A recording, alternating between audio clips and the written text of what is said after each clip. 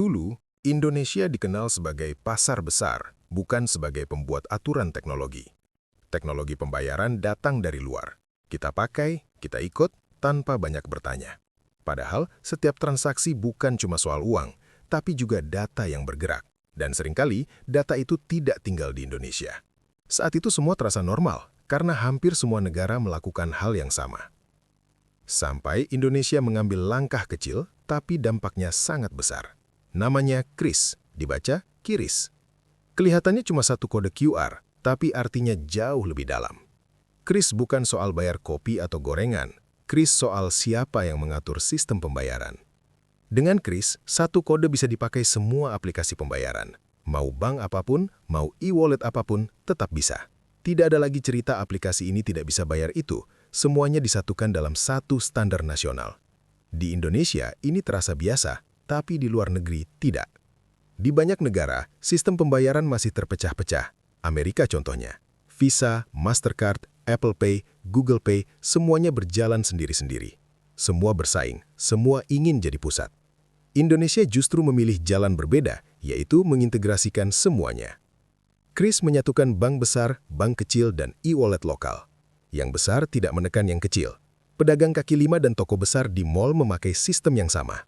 Cukup satu KRIS dan satu ponsel, tanpa mesin mahal, tanpa sistem rumit. Hal penting lainnya, KRIS bukan milik satu perusahaan. KRIS adalah standar nasional yang diatur dan diawasi negara. Artinya, kendali sistem ada di dalam negeri, bukan di ruang rapat korporasi asing. Setiap transaksi KRIS tercatat di Indonesia. Datanya ada di sini. Uangnya berputar di ekonomi nasional. Pajak lebih terbaca, aktivitas ekonomi lebih transparan. Negara tidak lagi menebak-nebak. Sekarang bandingkan dengan kartu internasional.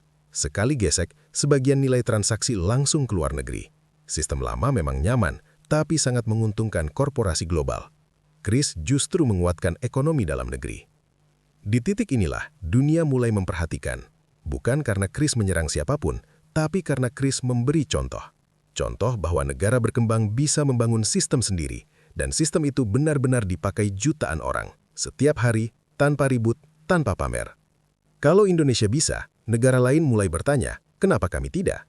Asia Tenggara, Afrika, dan Amerika Latin mulai memikirkan kemandirian sistem pembayaran. Bagi negara yang selama ini memimpin standar global, ini jelas bukan kabar biasa. Karena dominasi tidak runtuh dengan perang, dominasi runtuh ketika muncul contoh yang berhasil. KRIS tidak berisik, tapi pelan-pelan mengubah arah.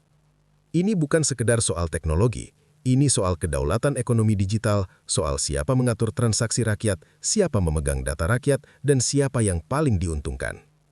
Indonesia sering diremehkan dalam teknologi, dibilang cuma pasar besar.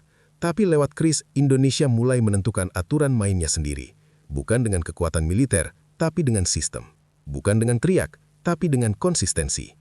KRIS membuktikan bahwa kedaulatan bisa dibangun pelan-pelan dari hal yang kelihatannya kecil. Ceritanya belum selesai. KRIS masih berkembang menuju transaksi lintas negara dan sistem yang lebih kuat. Dan lewat KRIS, dunia mulai sadar. Indonesia bukan sekedar pasar. Indonesia mulai menentukan arah.